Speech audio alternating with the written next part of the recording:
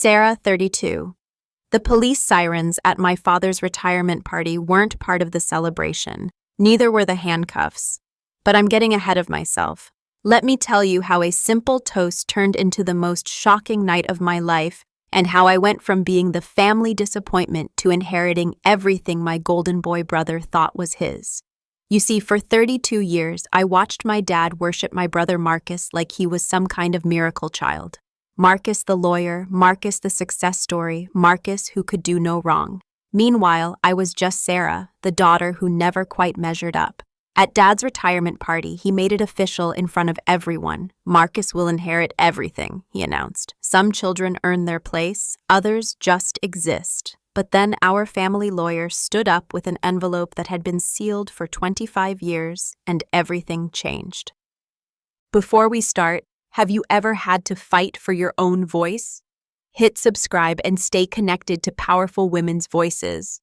The Riverside Country Club had never looked more elegant. Crystal chandeliers cast warm light over tables draped in crisp white linens, and the soft jazz quartet in the corner provided the perfect soundtrack for what was supposed to be the crowning moment of Dad's 40-year career.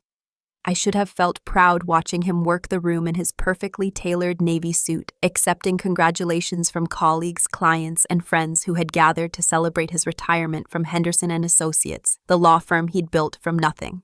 Instead, I felt like a ghost haunting my own family's celebration.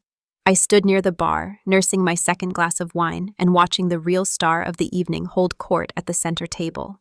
Marcus, my 35-year-old brother, looked every inch the successful attorney in his designer suit, his Harvard law degree practically radiating from his confident smile. Partners from competing firms approached him with handshakes and business cards, treating him like royalty, which, in Dad's eyes, he absolutely was. "Sarah!" My Aunt Linda appeared beside me, her voice overly bright in that way people use when they're trying to fill in uncomfortable silence. "You look lovely tonight, dear. That dress is so practical." The word stung exactly as she'd intended. While Marcus commanded attention in his $1,000 suit, I'd chosen a simple black dress from Target that had seemed appropriate until I walked into this room full of designer everything. "Thank you," I managed, taking another sip of wine. "Dad looks happy." It wasn't a lie. Robert Henderson, 67 years old and still sharp as the day he'd passed the bar exam, was absolutely glowing as he moved between tables. This was his moment, his victory lap, and he deserved every congratulation. The firm he'd started in a cramped office above a deli now occupied 3 floors of downtown's most prestigious building. The irony wasn't lost on me that I'd helped build this empire too. For the past 8 years, I'd worked in the firm's accounting department, managing budgets, handling payroll, and keeping the financial wheels turning. But tonight, listening to speech after speech about Dad's incredible success, you'd think I was just another guest who'd wandered in from the hotel lobby. Marcus rose from his seat, champagne glass in hand, and the room naturally quieted. Even the jazz quartet seemed to lower their volume. This was the moment everyone had been waiting for. The passing of the torch from father to heir apparent. My stomach clenched as I watched Dad's face transform with pride and anticipation. "I want to thank everyone for being here tonight to celebrate not just my father's retirement, but his incredible legacy," Marcus began, his voice carrying the polished confidence that had made him the youngest partner in the firm's history. Dad didn't just build a business, he built something that will last for generations. The crowd murmured approval, and I saw several people glance meaningfully between Marcus and Dad, the assumption clear in their expressions. As Marcus continued his speech, talking about vision and dedication and family values, I found myself studying the faces around me. These people had watched me grow up, had seen me graduate college, had witnessed my 8 years of dedicated service to the firm. Yet somehow I'd become invisible in the story of our family's success. I was the dependable daughter, the one who handled the unglamorous work, the one who showed up every day without fanfare or recognition. The applause for Marcus's speech was thunderous, and Dad stood to embrace his golden child with tears in his eyes. The image would have been heartwarming if it hadn't felt like watching my own funeral. This was the moment that would define the next chapter of our family's story, and apparently I wasn't even a footnote. But as Dad took the microphone to give his own speech, as Marcus settled back into his seat with that satisfied smile, none of us could have predicted that this perfect evening was about to become a nightmare. None of us knew that our family lawyer, Mr. Peterson, was sitting at table 6 with an envelope that would change everything. And none of us realized that my quiet, unassuming mother had spent the last years of her life orchestrating the most brilliant revenge plot any of us could imagine. Dad's voice filled the room with the same commanding presence that had intimidated opposing counsel for 4 decades. The microphone amplified not just his words, but the weight of his authority, and every person in that room leaned forward to catch every syllable of what felt like a royal decree. "Tonight isn't just about celebrating the past," he began, his eyes scanning the crowd before settling on Marcus with unmistakable pride. "It's about securing the future. When I started Henderson and Associates, I had a dream that this firm would outlast me, that it would become something bigger than any one person." The pause was perfectly timed, theatrical in its precision. "I'm proud to say that dream is about to become reality." My wine glass trembled slightly in my hand as I watched him gesture toward Marcus, who straightened in his chair like a prince preparing to accept his crown. The room held its collective breath, sensing the significance of this moment. Even the waitstaff had stopped moving, frozen in place as witnesses to what everyone assumed would be the official passing of the Henderson legacy. "Marcus has proven himself in every way that matters," Dad continued, his voice growing stronger with each word. "Harvard Law Review, youngest partner in our firm's history, the respect of his peers, and most importantly, the vision to take Henderson and Associates into the next century." The applause started before he'd even finished the sentence, a rolling wave of approval that seemed to physically lift Marcus in his chair. But Dad held up his hand for silence, and the room obeyed instantly. This was his moment, his stage, and he commanded it like a maestro conducting his final symphony. "That's why I'm announcing tonight that Marcus will inherit my controlling stake in the firm, along with all associated assets and properties." The words hit me like physical blows, each one landing with devastating precision. The house on Maple Street, the vacation property in the Hamptons, the investment portfolio, everything will pass to the son who has earned the right to carry on the Henderson name. The applause this time was deafening, but it sounded muffled to my ears, as if I were hearing it from underwater. I watched faces around the room light up with approval, heads nodding sagely at what they clearly saw as a wise and natural decision. Marcus stood to accept another embrace from Dad, and the two of them looked like a Norman Rockwell painting of the American dream fulfilled. Then Dad's eyes found mine across the crowded room, and for a moment that lasted an eternity, we stared at each other. I saw something flicker in his expression, not quite guilt, but perhaps acknowledgement of what his words meant for his daughter. His voice softened slightly, but the microphone still carried his next words to every corner of the room. "Some children are born to lead, and others—" He paused, and I felt every eye in the room turn toward me like spotlights. "Others find different ways to contribute. Sarah has been a loyal employee of the firm, and she'll always have a place in our organization. But inheritance isn't about participation trophies. It's about who has earned the right to carry the torch forward." The silence that followed was more crushing than any applause could have been. I felt my cheeks burn with humiliation as whispered conversations started at nearby tables, people trying to process what they'd just witnessed.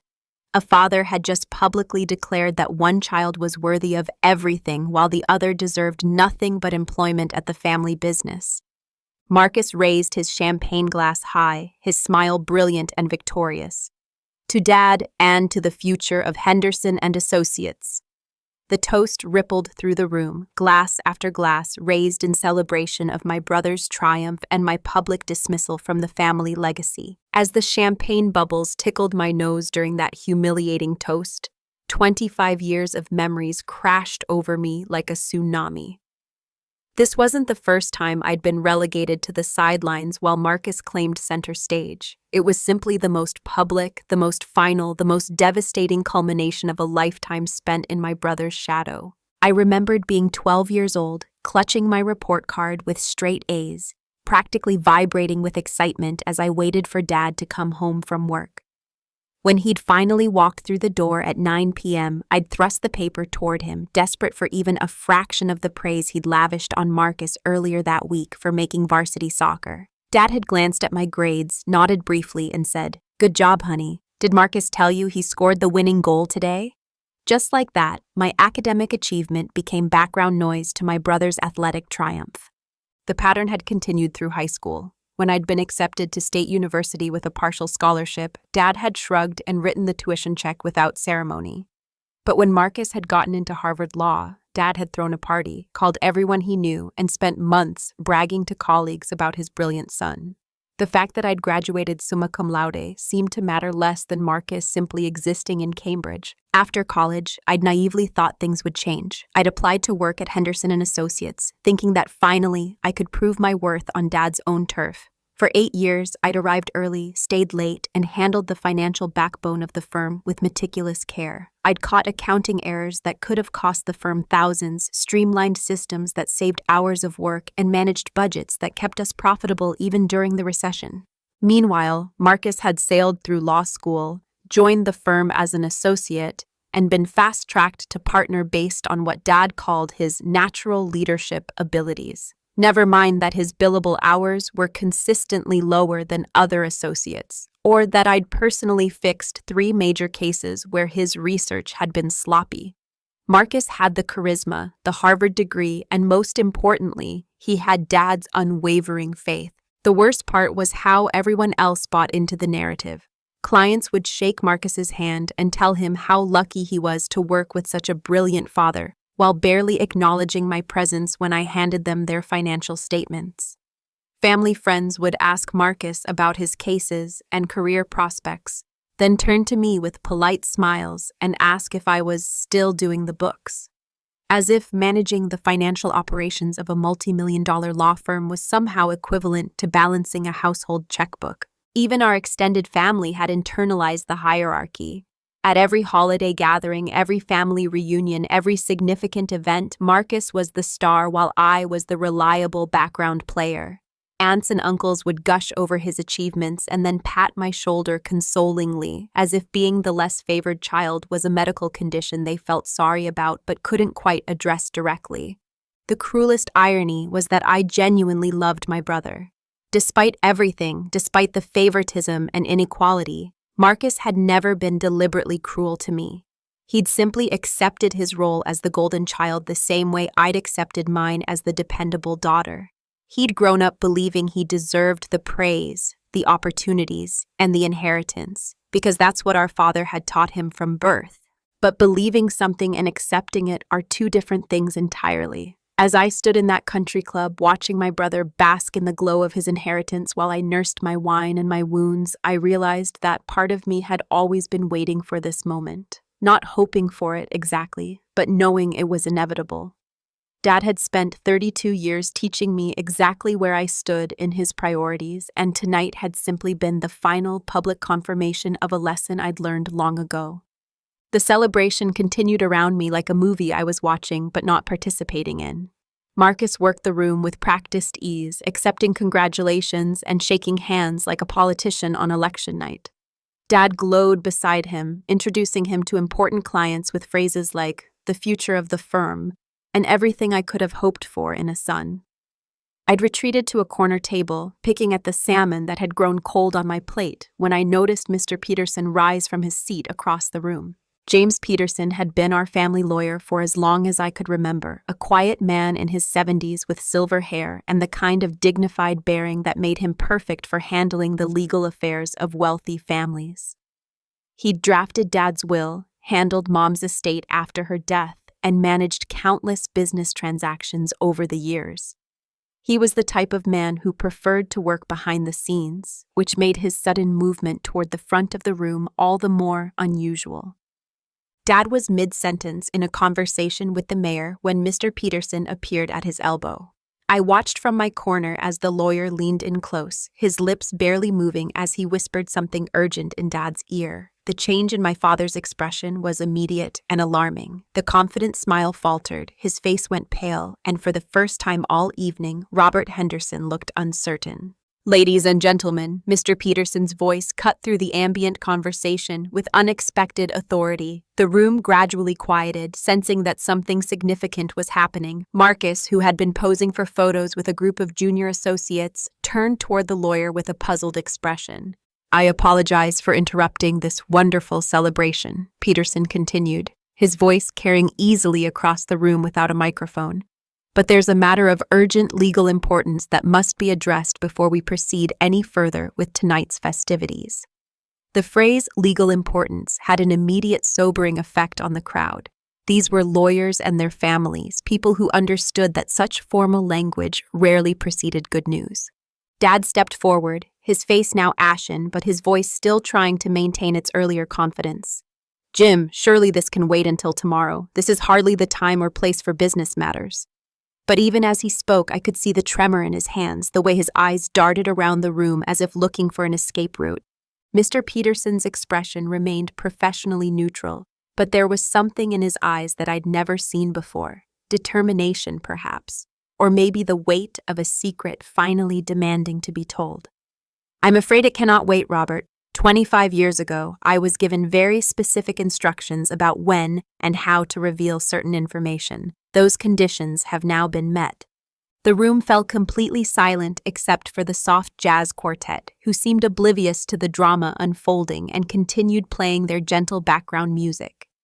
It created a surreal atmosphere, like being in a movie where the soundtrack doesn't match the scene. Marcus stepped closer to Dad, his earlier confidence replaced by visible confusion. "What's going on? What instructions?" His voice carried the slight edge of a man who had just been promised everything and was now sensing that something might threaten his newfound inheritance. Mr. Peterson reached into his jacket pocket and withdrew a manila envelope that looked worn with age. The paper was slightly yellowed, and I could see my mother's distinctive handwriting across the front, though I couldn't make out the words from my distance. "Your mother, God rest her soul, left very detailed instructions about her final wishes regarding the family assets and inheritance. She made me promise to wait until after Robert's retirement announcement to reveal the contents." The envelope seemed to pulse with potential energy in Peterson's hands, like a bomb waiting to explode. Every person in that room sensed that whatever was inside would change everything, though none of us could have imagined just how completely our world was about to be turned upside down. Mr. Peterson's weathered fingers worked carefully at the envelope's seal, and I found myself holding my breath along with everyone else in the room. The silence was so complete that I could hear the paper tearing, each small rip seeming to echo through the country club like gunshots. Dad stood frozen beside the lawyer, his face a mask of barely controlled panic, while Marcus hovered nearby, his earlier confidence evaporating with each passing second. "Your mother came to see me 3 months before her death," Peterson began, his voice steady but heavy with the weight of years of kept secrets. "She was very specific about her instructions. This envelope was to remain sealed until after Robert announced his retirement and succession plans publicly." He glanced meaningfully at Dad, whose jaw was clenched so tightly I could see the muscles jumping beneath his skin. The lawyer withdrew several documents from the envelope, their edges crisp despite their age, and held them up for the room to see. "These are copies of financial records, legal documents, and a personal letter from Elizabeth Henderson. She wanted everyone to understand the true nature of the family assets and how they were acquired." The way he emphasized the word true sent a chill down my spine. Dad finally found his voice, though it came out as more of a croak than his usual commanding tone. "Jim, whatever my wife may have written in her final days, she wasn't thinking clearly. The cancer treatments, the medications, they affected her judgment. Surely you can't mean to honor the confused ramblings of a dying woman." His attempt to discredit Mom's mental state felt desperate and cruel, and I saw several people in the crowd exchange uncomfortable glances. Peterson's expression hardened, and for the first time since I'd known him, the mild-mannered family lawyer looked genuinely angry. "Elizabeth Henderson was many things, Robert, but confused was never one of them. Every document in this envelope is meticulously researched, legally verified, and witnessed by multiple parties. Your wife spent the last year of her life ensuring that the truth would eventually come to light." Marcus stepped forward, his voice carrying the authoritative tone he used in courtrooms. "What truth? What are you talking about?" Dad built this firm from nothing. We all know the story.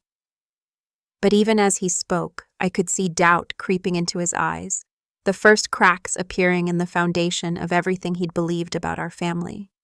That's exactly what your mother wanted people to believe, Peterson replied, unfolding the first document. But the reality is quite different. Henderson and Associates was not built with Robert's money or through his efforts alone.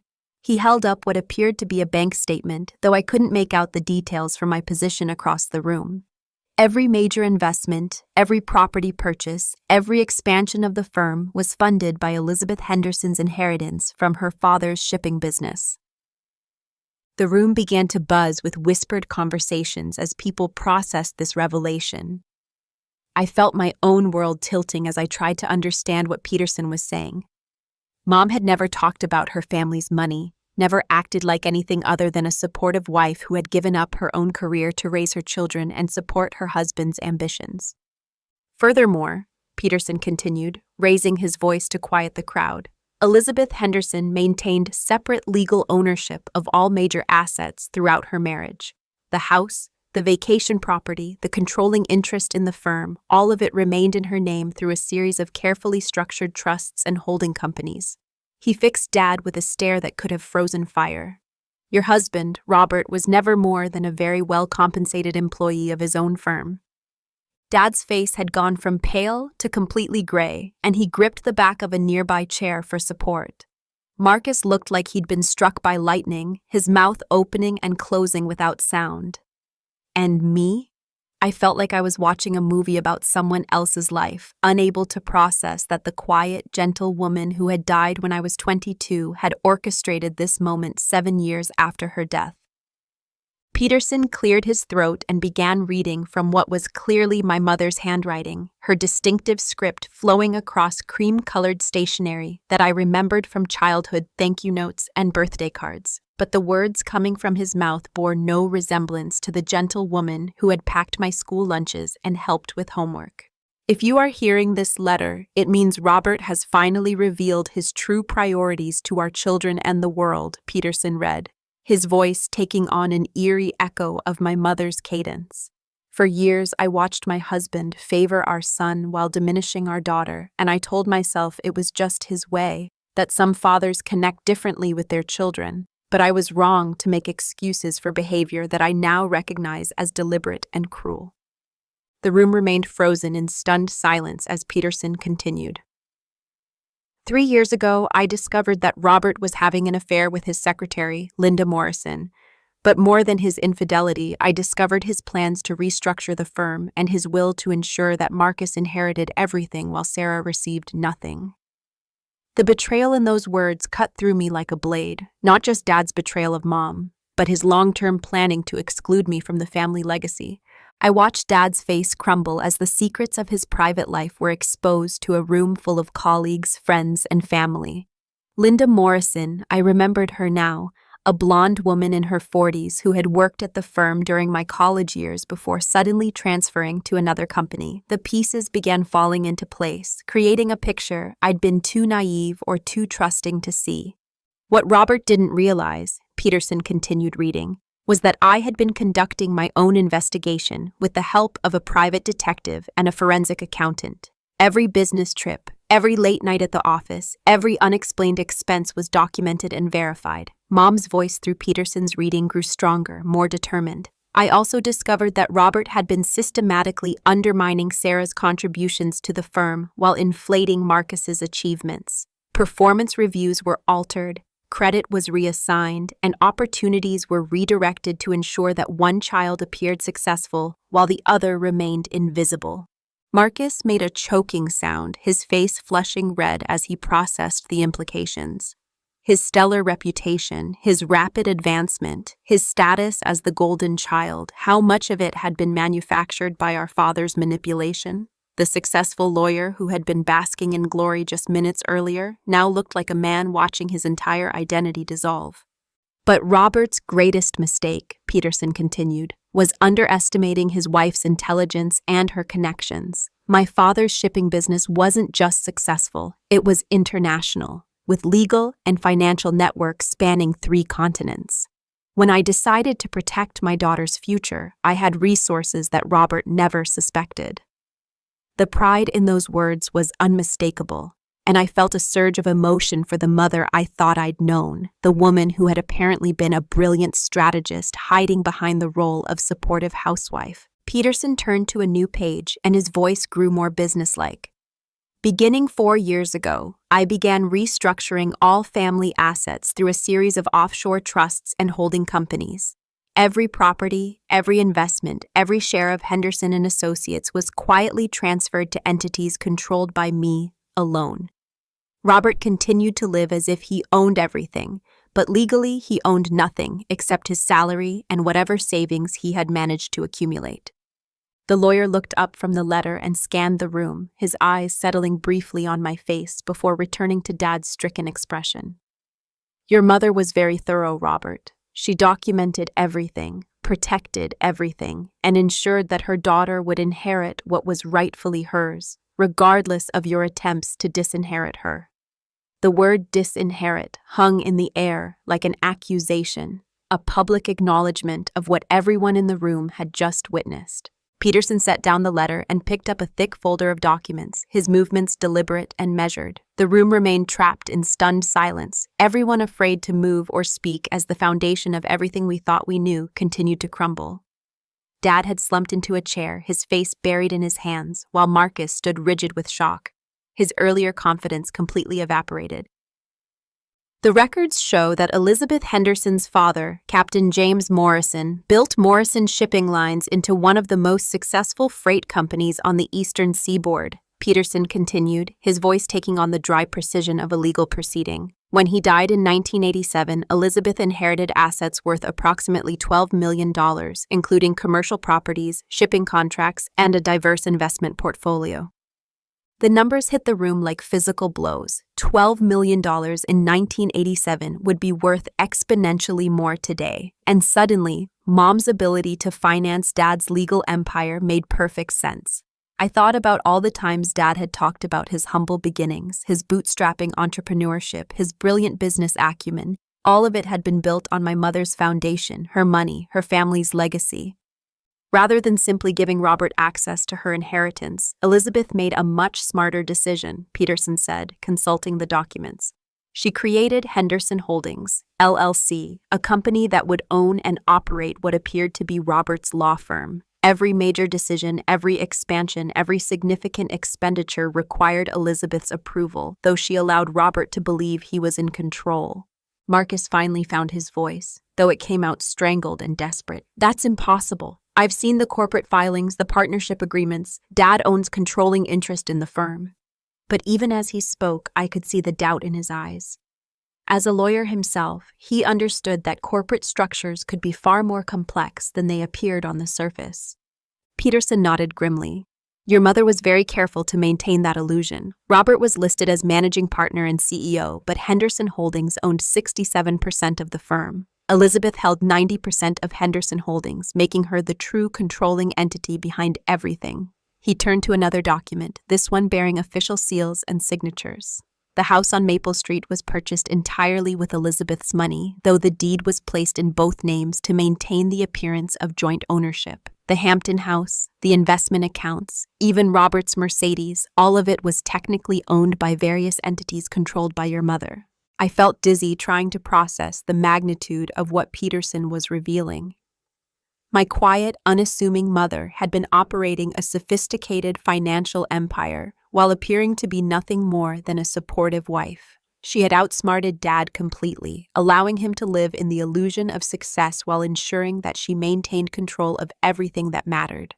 The most remarkable aspect of Elizabeth's planning, Peterson continued, was her foresight regarding her children's futures. She established separate trusts for both Sarah and Marcus, but with very specific conditions. He fixed his gaze on Marcus, whose face had gone completely white. Marcus's trust was contingent on him earning his inheritance through genuine merit, without preferential treatment or manipulation of his achievements. The implications of that statement rippled through the room like a shockwave.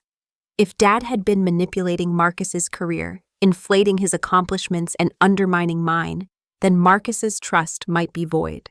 The golden child who had been promised everything might actually be entitled to nothing. Sarah's trust, however, was unconditional, Peterson announced, and suddenly every eye in the room turned toward me. Elizabeth believed that her daughter would prove her worth regardless of Robert's favoritism or lack thereof. She established Sarah as the primary beneficiary of all family assets, effective immediately upon the reading of this letter. The words seemed to echo in slow motion, each syllable reshaping my understanding of my place in the world. I wasn't the overlooked daughter anymore. I was the heiress to everything my father had claimed as his own achievement. Marcus stumbled backward as if Peterson's words had physically struck him.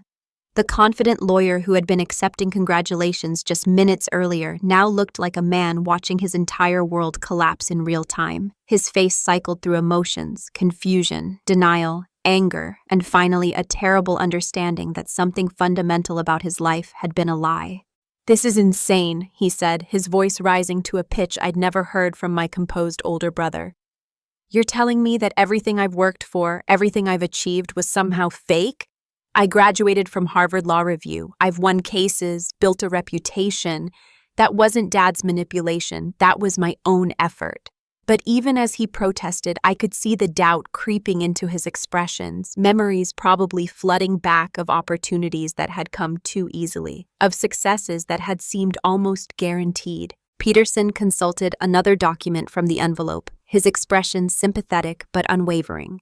"Your mother's investigation revealed several concerning patterns, Marcus. Performance reviews that were altered after submission, cases that were reassigned to you after other associates had done the preliminary work, client relationships that were redirected to benefit your career development." He paused, letting the implications sink in.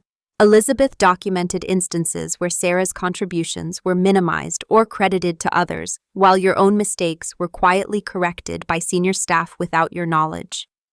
The room buzzed with uncomfortable whispers as people began to reassess everything they thought they knew about the Henderson family dynamics. I watched colleagues and friends exchange glances, probably remembering their own observations about favoritism and wondering what else they had missed or chosen to ignore. Dad finally raised his head from his hands, his voice barely audible. I was trying to help him succeed. Every father wants to give his children advantages. That doesn't invalidate Marcus's abilities or achievements. But his defense sounded hollow even to his own ears. The desperate rationalization of a man whose carefully constructed facade was crumbling. "The issue isn't providing advantages," Peterson replied firmly.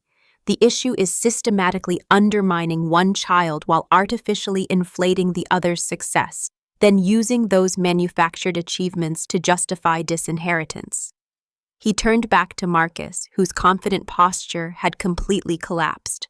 "Your mother's investigation revealed that Sarah's ideas for firm expansion were presented as yours in partner meetings, that her financial analysis prevented several costly mistakes that you were credited with catching, and that client retention improved significantly due to her behind-the-scenes work that was never acknowledged." I felt a strange mixture of vindication and sadness as these revelations poured out. Part of me had always suspected that my contributions were being minimized, but I'd convinced myself I was being paranoid or oversensitive. To learn that Mom had been watching, documenting, and planning to correct these injustices felt both heartbreaking and empowering. Marcus turned toward me, his eyes desperate and searching. "Sarah, you have to know this wasn't my idea. I never asked Dad to manipulate anything. I thought I was earning everything on my own merit." The pain in his voice was genuine, and despite everything, I felt a surge of sympathy for my brother. He was as much a victim of Dad's favoritism as I was, just from the opposite direction.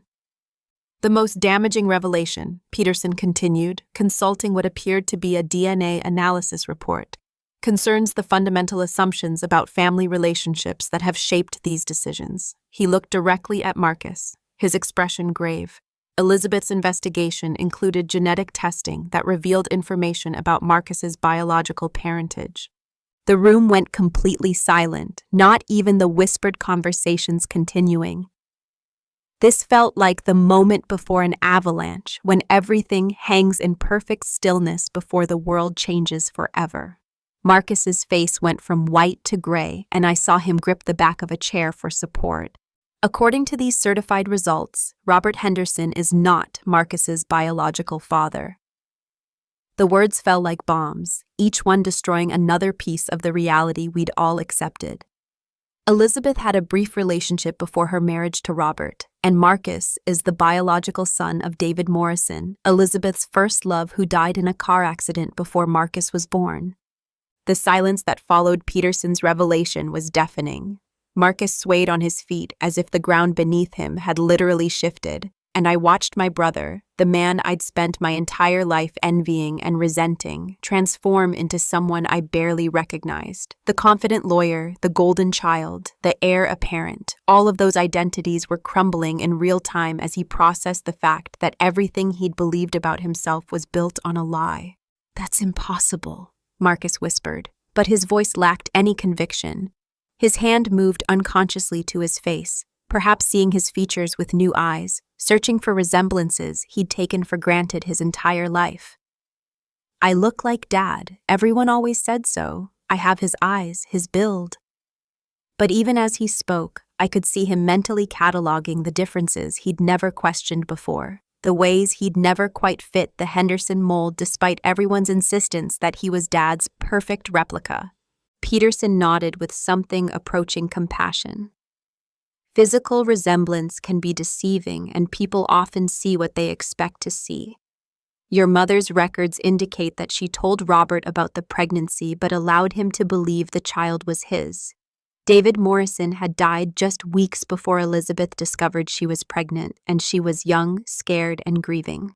When Robert proposed, she saw it as a chance to give her unborn child a father and a stable home. Dad finally looked up from his hands, his face a mask of confusion and betrayal that was almost painful to witness. "She never told me," he said, his voice barely audible. 35 years, and she never told me the truth. For the first time in my life, I saw my father not as the confident patriarch who controlled everything, but as a man who had been living in an elaborate deception orchestrated by the woman he'd claimed to love. Elizabeth's letter explains her reasoning, Peterson continued, turning to another page. She writes, "I allowed Robert to believe Marcus was his son because I saw how much joy the boy brought him. But as the years passed and I watched Robert's favoritism poison both of my children, I realized that the lie had become more harmful than the truth ever could have been. Robert lavished attention on a son who wasn't biologically his while neglecting the daughter who was his only true blood relative.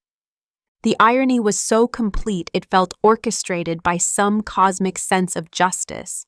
Dad had spent decades favoring the child who wasn't actually his while dismissing the one who carried his DNA. He'd planned to leave everything to Marcus, who had no biological claim to the Henderson legacy, while disinheriting me, his only actual heir. The man who had built his identity around family legacy and bloodlines had gotten it completely backwards. Marcus looked across the room at me with an expression I'd never seen before. Not the confident big brother who had always known his place in the family hierarchy, but a lost man trying to understand where he fit in a world that had suddenly stopped making sense. "Sarah," he said, his voice cracking slightly, "I'm sorry. For all of it, I never knew. I never asked for any of this." The pain in his voice was genuine, and despite everything that had happened, I felt my heart break a little for the brother who was discovering that his entire identity had been built on a foundation of lies. Peterson cleared his throat and consulted his documents one final time.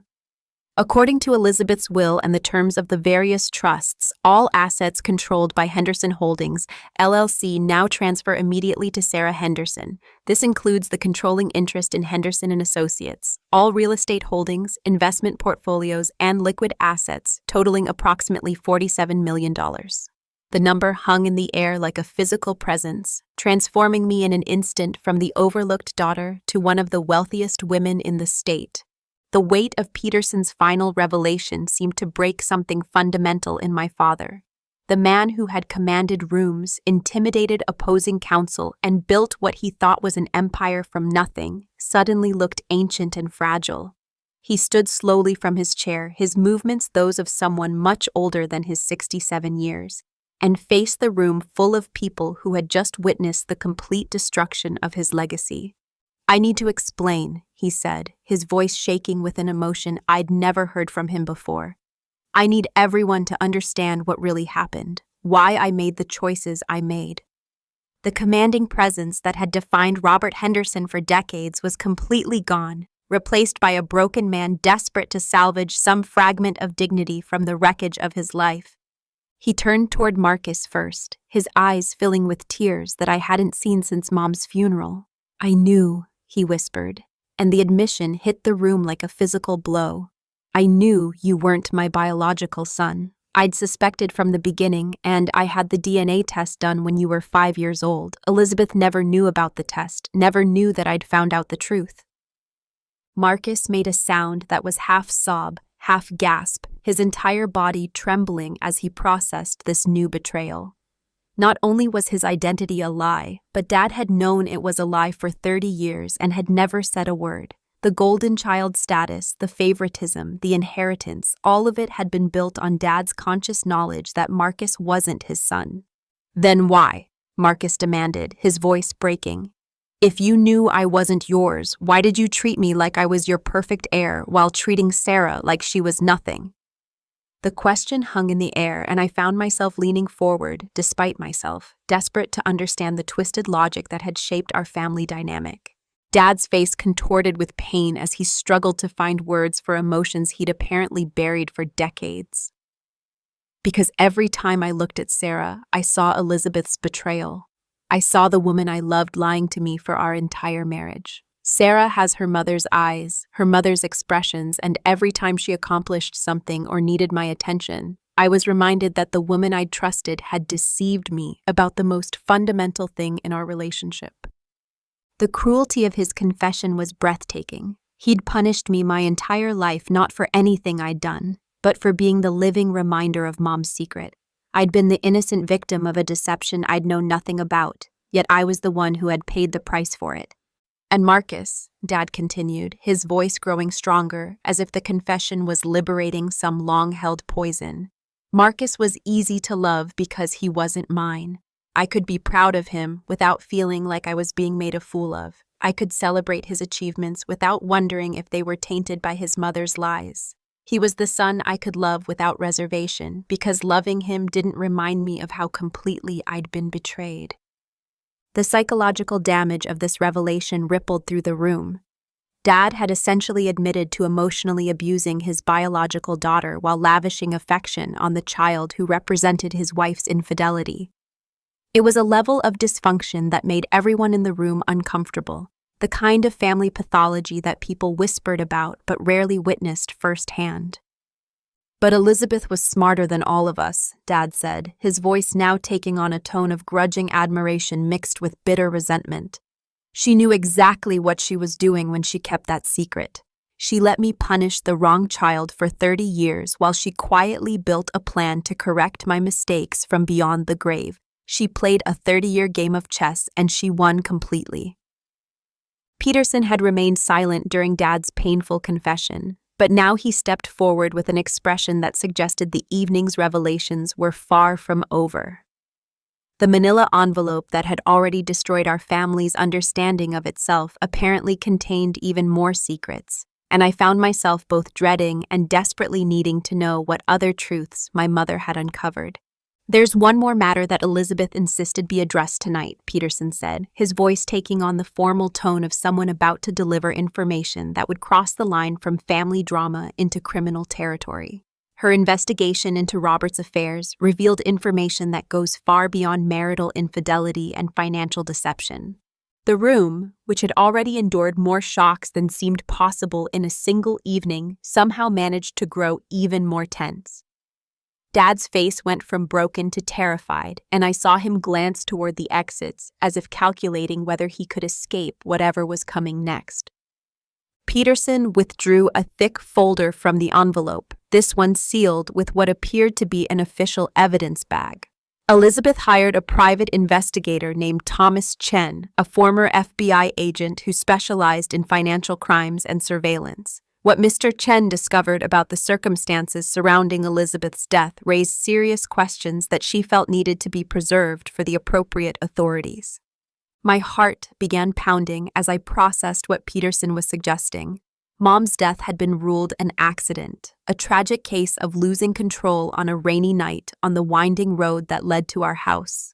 She'd been coming home from her book club, a monthly gathering she'd never missed, when her car had skidded off the road and struck a tree. The police investigation had been routine, the insurance claim processed without question, and we'd all grieved the loss of a woman who had died too young in a senseless accident. The investigator's report includes several troubling discrepancies, Peterson continued, consulting the documents. Elizabeth's car had been serviced just days before the accident, and the brake system was found to be in perfect condition. However, analysis of the wreckage revealed that the brake lines had been severed in a way consistent with deliberate sabotage rather than impact damage.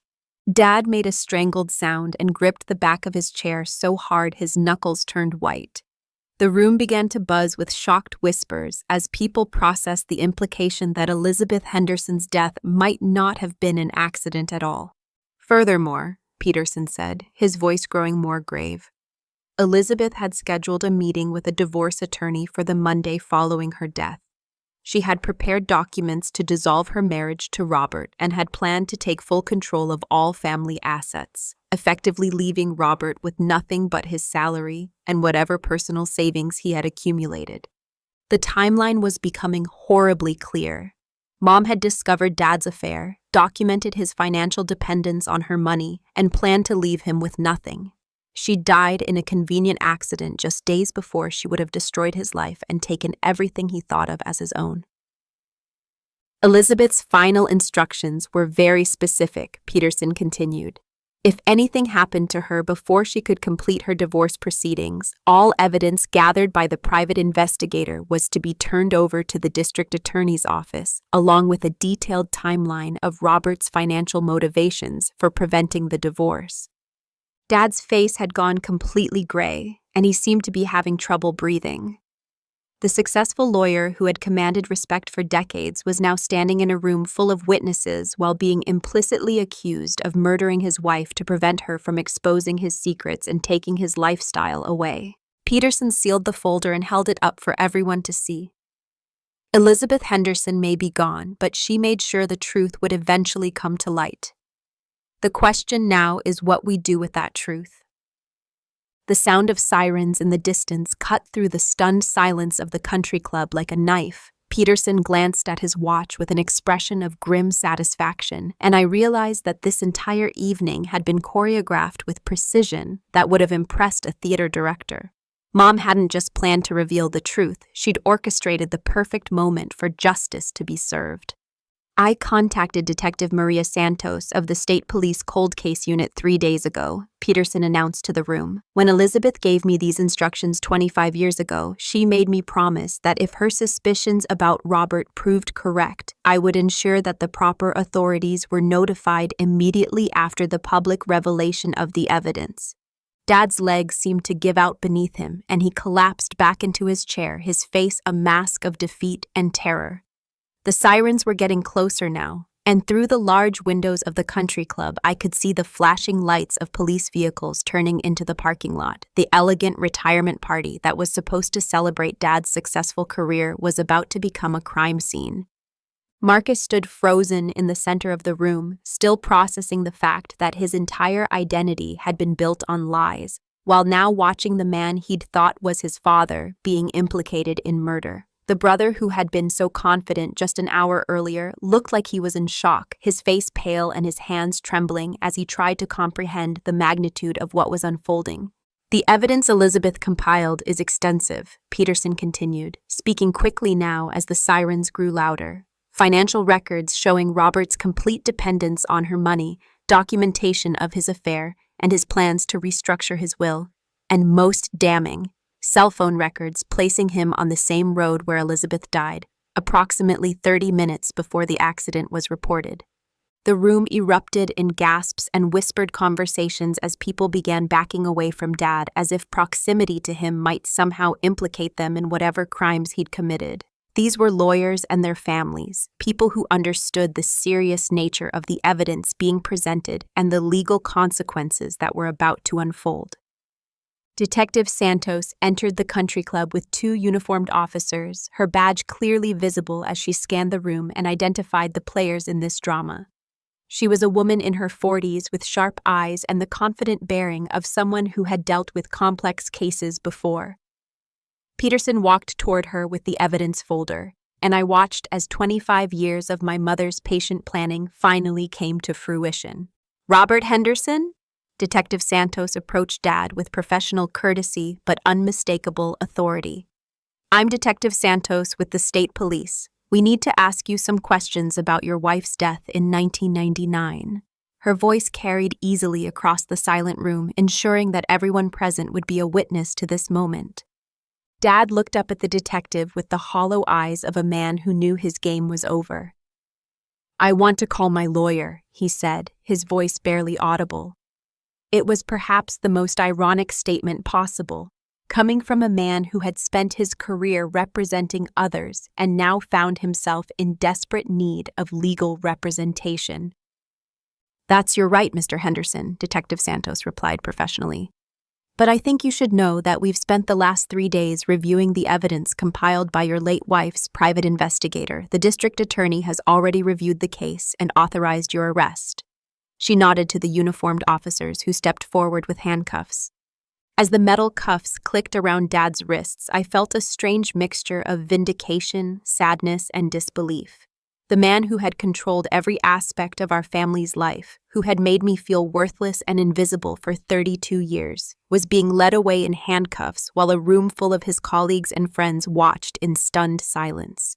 The country club emptied quickly after Dad was led away, guests murmuring awkward goodbyes and avoiding eye contact as they hurried toward the parking lot. What had begun as a celebration of a successful career had ended with a murder arrest, and nobody quite knew how to process the social etiquette of such a situation.